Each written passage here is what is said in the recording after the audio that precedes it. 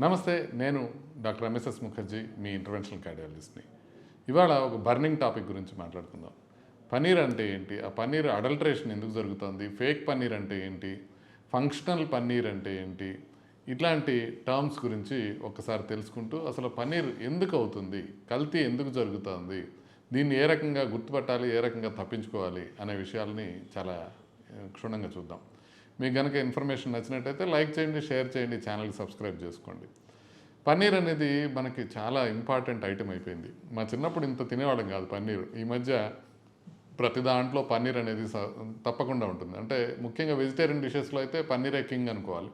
Paneer butter masala అవ్వండి, లేకపోతే మీకు అన్ని రకాల పన్నీర్ కర్రీస్ ఇష్టంగా తింటారు వెజిటేరియన్స్. వాళ్ళు బాగా తింటున్నారంటే ఇద్దరు పన్నీర్ కానీ, లేకపోతే కార్న్ కానీ, ఇట్లా కొన్ని డిషెస్ మాత్రమే మనకి వెజిటేరియన్స్కి అందుబాటులో ఉన్నాయి.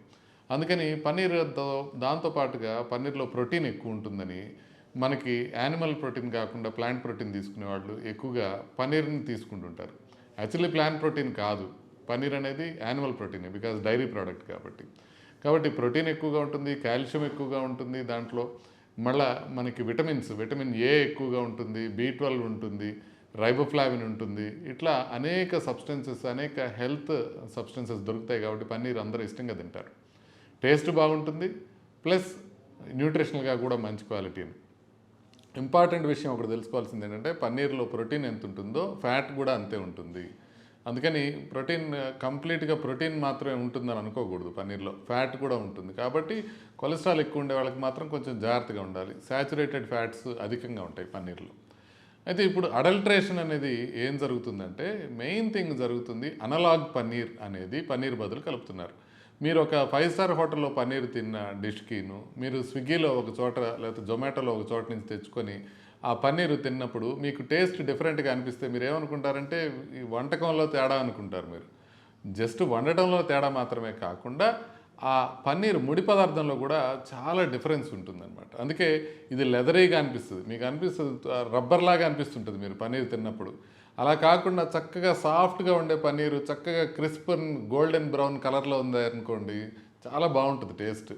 బట్ మీకు ఈ పాలక్ పన్నీరు వీటిల్లో మీరు చాలా చోట్ల తినుంటారు, క్యాటరింగ్ సర్వీసెస్లో వాటిల్లో మీరు తింటుంటే కొద్దిగా రబ్బర్ తింటున్న కన్సిస్టెన్సీ వస్తుంది. బాగా కాదు, రబ్బర్ తింటున్న కన్సిస్టెన్సీ వస్తుంది. అలా ఉంది అని అంటే ఆ పన్నీరు కరెక్ట్ పన్నీరు కాదు అని అర్థం అనమాట.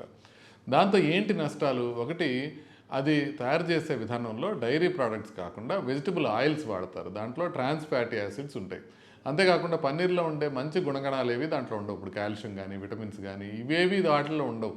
కాబట్టి ఒక రకంగా మనకి బెనిఫిట్ తక్కువ ఉంటుంది, ఇంకో పక్కంగా కార్డియోవాస్కులర్ రిస్క్ ఎక్కువ ఉంటుంది. ఆ పన్నీర్ని కనుక మనం ఒరిజినల్ పన్నీర్ అనుకొని తినేస్తున్నాం అనుకోండి, ఆ ట్రాన్స్ ఫ్యాటీ యాసిడ్స్ రావడం వల్ల మనకి ప్రాబ్లమ్స్ ఎక్కువ ఉండే అవకాశం ఉంటుంది. అయితే ఇది లీగలేనా? ఈ పన్నీర్ని ఏమంటారో తెలుసా? ఫేక్ పన్నీర్ అనకుండా అనలాగ్ పన్నీర్ అంటారు. అనలాగ్ పన్నీర్ అనగానే అదొక పెద్ద పేరులాగా ఉంటుంది అనమాట. కానీ అనలాగ్ పన్నీర్ అంటే ఫేక్ పన్నీర్, దొంగ పన్నీర్ అని అర్థం. మరి ఈ దొంగ పన్నీర్ బ్యాండ్ కాదా ఇండియాలో? మీరు గెస్ కొట్టండి. ఇండియాలో బ్యాండ్ కాదు. అనలాగ్ పన్నీర్ అమ్ముకోవచ్చు ఇండియాలో, కాకపోతే అనలాగ్ పన్నీర్ అని చెప్పి అమ్మాలి. అనలాగ్ పన్నీర్ని మీరు నార్మల్ పన్నీర్, డైరీ పన్నీర్ అని చెప్పి అమ్మడానికి వీల్లేదు. కాకపోతే ఎంతమందికి తెలుసు అనలాగ్ పన్నీర్ అనే మాట? ఎంతమందికి తెలుసు? పెద్దగా తెలియదు కదా. సో అందుకని అది ఫేక్ పన్నీర్ అని పెట్టరు, దొంగ పన్నీర్ అని పెట్టరు, అనలాగ్ పన్నీర్ అని పెడతారు. అనలాగ్ పన్నీర్ అంటే ఇంకా మంచిదేమో అనుకుంటారు. ఎందుకంటే ఫంక్షనల్ పన్నీర్ అనేది కొంచెం మంచిది. ఎందుకంటే ఫంక్షనల్ పన్నీర్ అంటే ప్రోబయాటిక్స్ అవి యాడ్ చేసే పన్నీర్.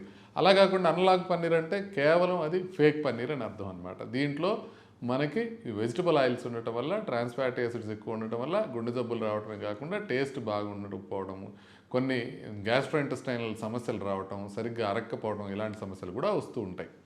సో ఇప్పుడు దీన్ని ఎలా గుర్తుపట్టాలంటే అనేక మార్గాలు ఉన్నాయి. మనం దాన్ని పట్టుకున్నప్పుడే మనకి ఆ కన్సిస్టెన్సీ డిఫరెంట్ తెలిసిపోతుంటుంది.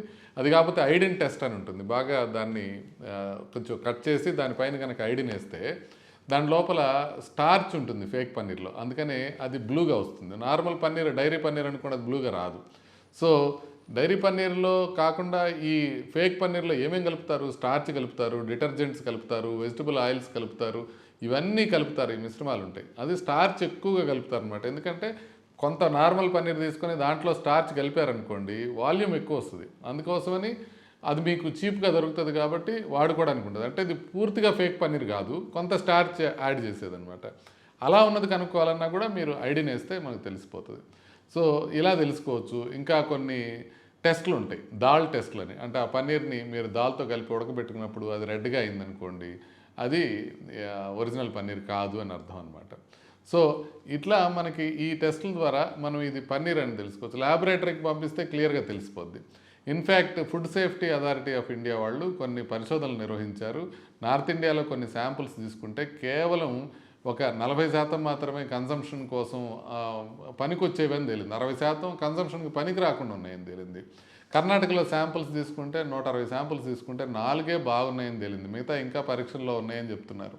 కాబట్టి ఇండియా మొత్తం మీద ఎక్కువ అడల్టరేటెడ్ చేయబడిన సబ్స్టెన్స్ ఏది అని అంటే పన్నీర్ అనేది చెప్తున్నారు.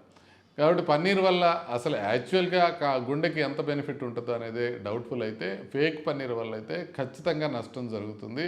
అందుకని మీరు ఒకటి లేబుల్ చూడండి. మీరు తీసుకునేది ఫేక్ పన్నీర్ అని కనుక ఉంటే ఫేక్ పన్నీర్ తీసుకోబాకండి.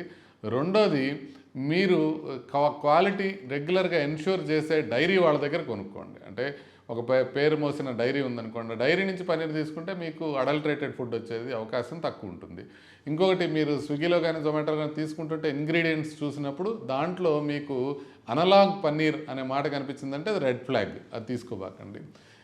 అది మాత్రమే కాకుండా మీరు తినేటప్పుడు కూడా మీకు డిఫరెంట్గా అనిపిస్తే తినబాకండి. బయట నుంచి పన్నీర్ తెచ్చుకుని తినే కన్నా మీరు పన్నీర్ వంటలు చేసుకొని తింటే కనుక బ్రహ్మాండంగా ఉంటుంది, సేఫ్టీ ఉంటుంది, హెల్త్ కూడా మెయింటైన్ అవుతుంది, ప్రమాదకారకం కాకుండా ఉంటుంది. కాబట్టి ఇదండి మనకి ఇండియాలో పన్నీర్ పేరుతో జరుగుతున్న మోసాలు ఇవి. మీరు పన్నీర్ కూర తింటున్నప్పుడు మీకు డిఫరెంట్ టేస్ట్ అనిపిస్తే ఒకసారి దాన్ని ఐడెంటిటీ టెస్ట్ చేసి చూడండి, క్లియర్గా తెలిసిపోతుంది. అది అడల్టరేటెడ్ అయితే అది తినకండి. నమస్తే.